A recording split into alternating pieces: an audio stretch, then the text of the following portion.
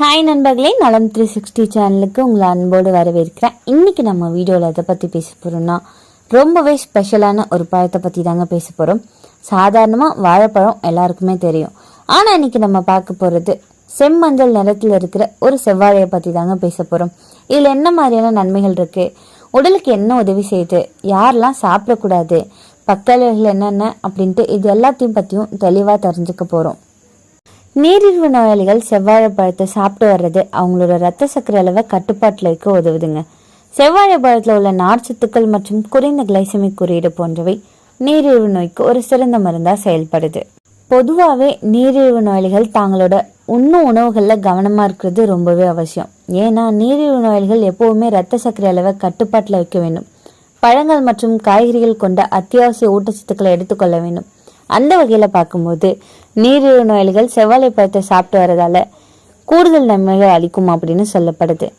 இன்னைக்கு நம்ம இந்த வீடியோவில் இந்த செவ்வாழையோட நன்மைகள் என்னென்னன்றதை பற்றி முழுசாக தெரிஞ்சுக்கலாம். அதுக்கு முன்னாடி நலம் 360 சேனலை சப்ஸ்கிரைப் பண்ணாதவங்க சப்ஸ்கிரைப் பண்ணிக்கோங்க. மறக்காமல் பக்கத்தில் இருக்க அந்த பெல்லைக்கானை ப்ரெஸ் பண்ணிக்கோங்க. வாங்க வீடியோக்குள்ளே போகலாம்.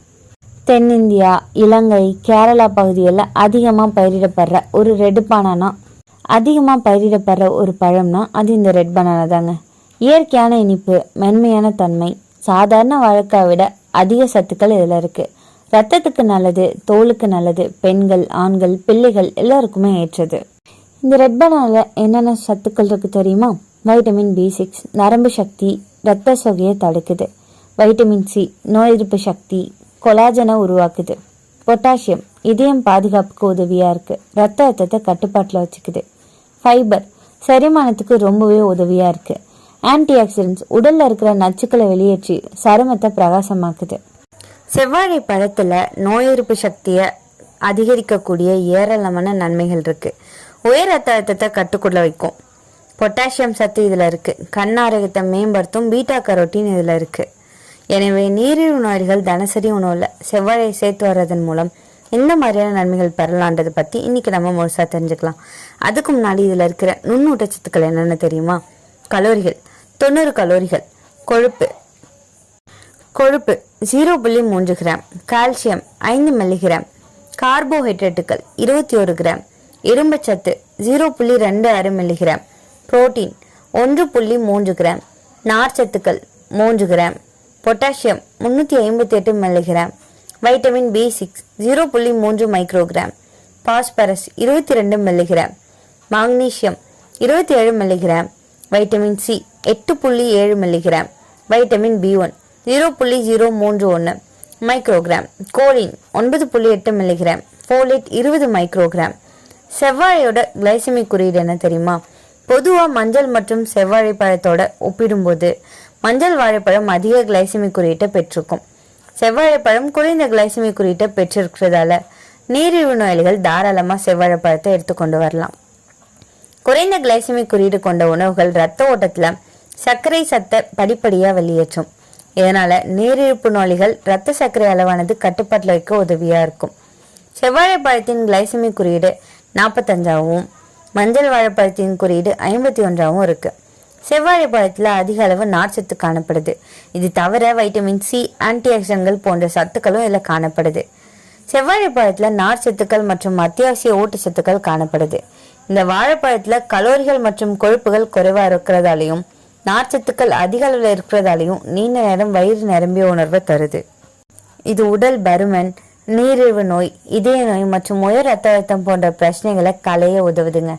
பிற ஆரோக்கியம் சார்ந்த பிரச்சனைகளை களையவும் உதவியா இருக்கு. எனவே நீரிழிவு நோயாளிகள் தினசரி உணவுல செவ்வாழையை சேர்த்து வரலாம். உடல் ஆற்றலை அதிகரிக்குது. நீரிழிவு நோயாளிகளுக்கு உடல் ஆற்றல் அப்படின்றது மிகவும் அவசியங்க. நீரிழிவு நோயாளிகளுக்கு ஏற்படும் சோம்பலை போக்க செவ்வாழை உதவியா இருக்கு. செவ்வாழையில உடல் ஆற்றலை அதிகரிக்கும் சுக்ரோஸ், குளுக்கோஸ் மற்றும் ஃப்ரக்டோஸ் போன்ற இயற்கை சர்க்கரைகள் காணப்படுது. இந்த சர்க்கரைகள் ரத்தத்தை மெதுவா உடைஞ்சு உடல் ஆற்றலை அதிகரிக்குது. எனவே நீரிழிவு நோயாளிகள் தங்களோட வளர்ச்சிதை மாற்றத்தை அதிகரிக்க நினைச்சா செவ்வாழை பழத்தை சாப்பிட்டு வரலாங்க. நல்லது கிடைக்கும். ரத்த அழுத்தத்தை கட்டுக்குள் வச்சிருக்கும்.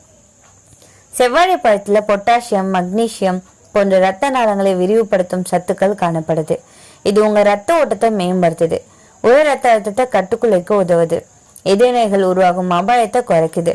செவ்வாழை பழத்தில் உள்ள ஆந்தோசைனின் கரோனரி இதய நோய் அபாயத்திலிருந்து காக்குது. நீரிழிவு நோயை நிர்வகிக்க உதவுது.